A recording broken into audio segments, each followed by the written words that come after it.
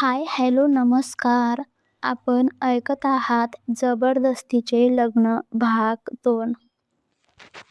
मुंबईच्या बीकेसी परिसरातील राजवाडे corporate tower हे शहरातील सर्वात उंच आणि प्रतिष्ठित ठिकाणांपैकी एक.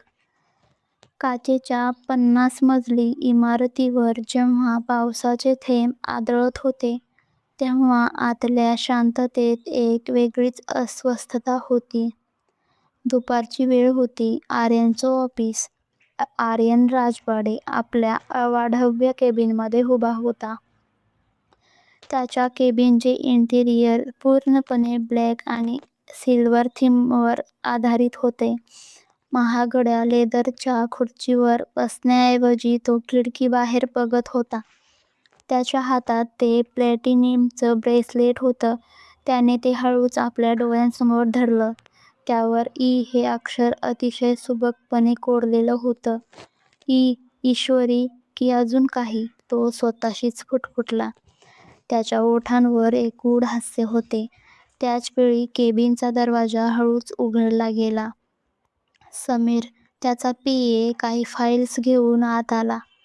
आर्यनची पाठ फिरवलेली असतानाही समीरला त्याच्यातील तणाव जाणवत होता. सर, मयंकचा पत्ता लागला आहे. तो एअरपोर्टवर पकडला गेला. सिक्युरिटीने त्याला ताब्यात घेतलं आहे. समीरने त्याला माहिती दिली. आर्यनने संथ गतीने मागे वळून पाहिले. त्याचे डोळे आता थंड आणि क्रूर दिसत होते.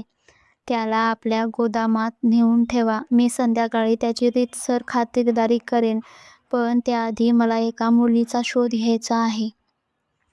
तसा समीर चकित झाला. मुलगी? कोण सर मुलगी? आर्यनने ते ब्रेसलेट टेबलवर ठेवले. आज दुपारी मॉलमध्ये माझी जिच्याशी धडक झाली ती मुलगी.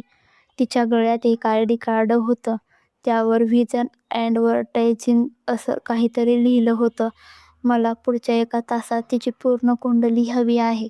नाव, पत्ता, फॅमिली बॅकग्राऊंड, सगळं काही. जी सर. समीरने मान डोलावली आणि तो बाहेर पडला. आर्यनने पुन्हा ते ब्रेसलेट हातात घेतलं. त्याच्यासाठी हा फक्त एक शोध नव्हता, तर त्याच्या इगोला, अहंकाराला दिलेला ते आव्हान होता. Vision advertising office. दुसरीकडे ईश्वरी आपल्या केबिनमध्ये प्रचंड कामात बुडाली होती. तिचे ऑफिस अत्यंत मॉडर्न आणि क्रिएटिव्ह होते. भिंतीवर विविध जाहिरातींचे पोस्टर्स आणि आर्टवर्क केलेलं होतं. ईश्वरीने आपल्या लॅपटॉपवर बोट वेगाने चालवत होती. ती एका मोठ्या ब्रँडच्या लॉन्चिंग इव्हेंटचे प्रेझेंटेशन तयार करत होती. शिट, माझं ब्रेसलेट नक्की गेलं कुठे? तिने कामाच्या नादात पुन्हा एकदा आपल्या मनगटाकडे पाहिले. ते ब्रेसलेट तिच्या आईने तिला पहिल्या पगारात भेट दिलं होतं. तितक्यात तिची मैत्रीण रिया तिथे धावत आली. इशू, अगं ऐकलंस का? आपल्या कंपनीला एक प्रचंड मोठं कॉन्ट्रॅक्ट मिळालंय. राजवाडे ग्रुप ऑफ इंडस्ट्रीजचा नवीन कार ब्रँड लॉन्च करायची जबाबदारी आपल्याला मिळाली आहे. ईश्वरीने चष्मा काढला आणि कपाळावर आठ्या आणल्या. राजवाडे ग्रुप? म्हणजे तो रूढ आणि अरोगंट आर्यन राजवाडे? हो, तोच. पण इशू, हे कॉन्ट्रॅक्ट आपल्या कंपनीचं भविष्य बदलू शकतं. आज संध्याकाळी 7 वाजता आपल्याला त्याच्या हेड ऑफिसमध्ये प्रेझेंटेशनसाठी जायचं आहे आणि बॉसने सांगितलंय की तूच लीड करणार आहेस. रिया उत्साहाने म्हणाली. ईश्वरीला त्या मॉलमध्ये भेटलेल्या माणसाचा चेहरा आठवला. जर तोच माणूस आर्यन राजवाडे असेल तर परिस्थिती कठीण होणार होती. पण तिला तिच्या कामावर विश्वास होता. तिने आपले होठ आवळले आणि ठरवलं की प्रोफेशनल लाईफमध्ये ती वैयक्तिक वादांना मध्ये येऊ देणार नाही. संध्याकाळची वेळ होती. राजवाडे कॉर्पोरेट टॉवर्स कॉन्फरन्स रूम. संध्याकाळचे 7 वाजले होते. ईश्वरी आणि तिची टीम राजवाडे टॉवरच्या 45व्या मजल्यावर कॉन्फरन्स रूममध्ये पोहोचली होती. तिथले वातावरण अत्यंत फॉर्मल आणि शिस्तबद्ध होते. मोठे ओव्हल आकाराचे काचेचे टेबल, त्याभोवती असलेल्या महागड्या खुर्च्या आणि हाय-टेक प्रोजेक्टर, सगळं काही थक्क करणारं होतं. ईश्वरीने पांढऱ्या रंगाचा स्टायलिश फॉर्मल शर्ट आणि काळे पेन्सिल स्कर्ट घातली होती. तिने आपले केस मोकळे सोडले होते, जे तिच्या खांद्यावर रुळत होते.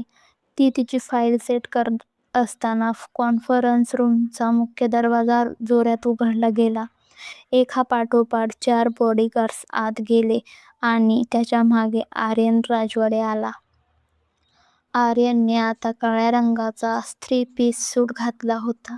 त्याची नजर सरळ ईश्वरीवर पडली. ईश्वरीनेही त्याच्याकडे पाहिले. दोघांच्या नजरा भिडल्या. रूममधील तापमान अचानक वाढल्यासारखे वाटले. आर्यनच्या चेहऱ्यावर एक विजयी हास्य आले. तर ही इथेच काम करते तर, त्याने मनात विचार केला. तो आरामात आपल्या मुख्य खुर्चीवर बसला आणि पाय एकमेकांवर टाकून ईश्वरीकडे बघू लागला. सो, व्हिजन ॲडव्हर्टायझिंग प्रेझेंटेशन सुरू करा. आर्यनचा आवाज खोल आणि अधिकारवाणीचा होता. ईश्वरीने दीर्घ श्वास घेतला. तिने प्रोजेक्टर सुरू केला. गुड इव्हनिंग मिस्टर राजवाडे. मी ईश्वरी जोशी. आज आम्ही तुमच्या नवीन सुपरकार लॉन्चिंगसाठी एक युनिक संकल्पना मांडणार आहोत.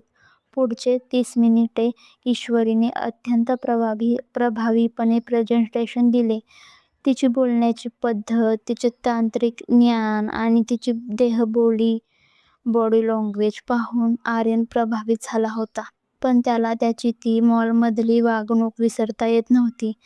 प्रेझेंटेशन संपल्यावर ईश्वरीने आर्यनकडे पाहिले. काही प्रश्न आहेत का सर?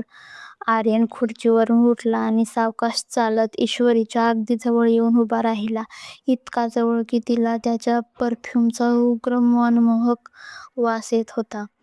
संकल्पना चांगली आहे, पण मला काहीतरी पर्सनल हवंय, आर्यनने तिच्या कानाजवळ जाऊन हळू आवाजात म्हटले. तशी ईश्वरी मागे सरकली नाही. तिने सरळ त्याच्या डोळ्यात पाहिले. बिझनेसमध्ये पर्सनल गोष्टींना जागा नसते मिस्टर राजवाडे. आर्यनने आपल्या खिशातून ते प्लॅटिनमचं ब्रेसलेट काढलं आणि टेबलावर ठेवलं. आणि ह्याचं काय? हे सुद्धा बिझनेसचं अंग आहे का? ईश्वरीचे डोळे विस्फारले. तिने पटकन ते ब्रेसलेट उचललं. हे तुमच्याकडे कसं आलं? म्हणजे तुम्ही ते चोरलं? तसा आर्यन जोरात हसला. चोरलं? मिस्टर राजवाडे, चोरत नाही ईश्वरी. ते जे हवंय ते मिळवतंय. आणि लक्षात ठेव, ज्या गोष्टीवर माझी नजर पडते ती गोष्ट माझीच होते. मग ते एखादं ब्रेसलेट असो किंवा ती व्यक्ती. ईश्वरीला त्याच्या शब्दांमागचा धोका जाणवला. काही बोलणार इतक्यात आर्यनने तिच्या टीमला बाहेर जाण्यास सांगितले. समीर, सगळ्यांना बाहेर घेऊन जा. मला ईश्वरीची काही प्रायव्हेट चर्चा करायची आहे, आर्यनने हुकूम दिला. तशी रिया आणि इतर लोक गोंधळून बाहेर गेले. आता त्या अवाढव्य कॉन्फरन्स रूममध्ये फक्त आर्यन आणि ईश्वरीच होते. बघा मिस्टर राजवाडे, मॉलमध्ये जे झालं त्यासाठी मी आधीच सॉरी म्हटलं असतं, पण तुमची वागणूक. ईश्वरी बोलत असतानाच आर्यनने तिला टेबलाकडे दाबले. त्याने तिचे दोन्ही हात पकडले. मला सॉरी नको ईश्वरी, मला तुझा ॲटिट्यूड हवाय. आज माझ्या वडिलांनी, म्हणजेच पृथ्वीराज राजवाडे, माझ्या लग्नासाठी एक मुलगी पसंत केली आहे. पण मला ती नकोय. मला अशी मुलगी हवी जी माझ्या बरोबरीने राहील, जी मला घाबरणार नाही. ईश्वरीने आपले हात सोडवण्याचाही प्रयत्न केला. तुम्ही काय बोलताय? वेडे झाला आहात का? मी प्रपोज करत नाहीये ईश्वरी. मी तुला एक ऑफर देतोय. माझ्याशी लग्न कर. 1 वर्षासाठी एक कॉन्ट्रॅक्ट मॅरेज. त्या बदल्यात तुझ्या वडिलांच्या कंपनीवर असलेलं कर्ज मी फेडून टाकेन. तुझ्या भावाच्या परदेशातील शिक्षणाचा खर्चही मी करेन. आणि तुझ्या कंपनीला पुढच्या 5 वर्षासाठी सगळे कॉन्ट्रॅक्ट्स मिळतील. तशी ईश्वरी स्तब्ध झाली.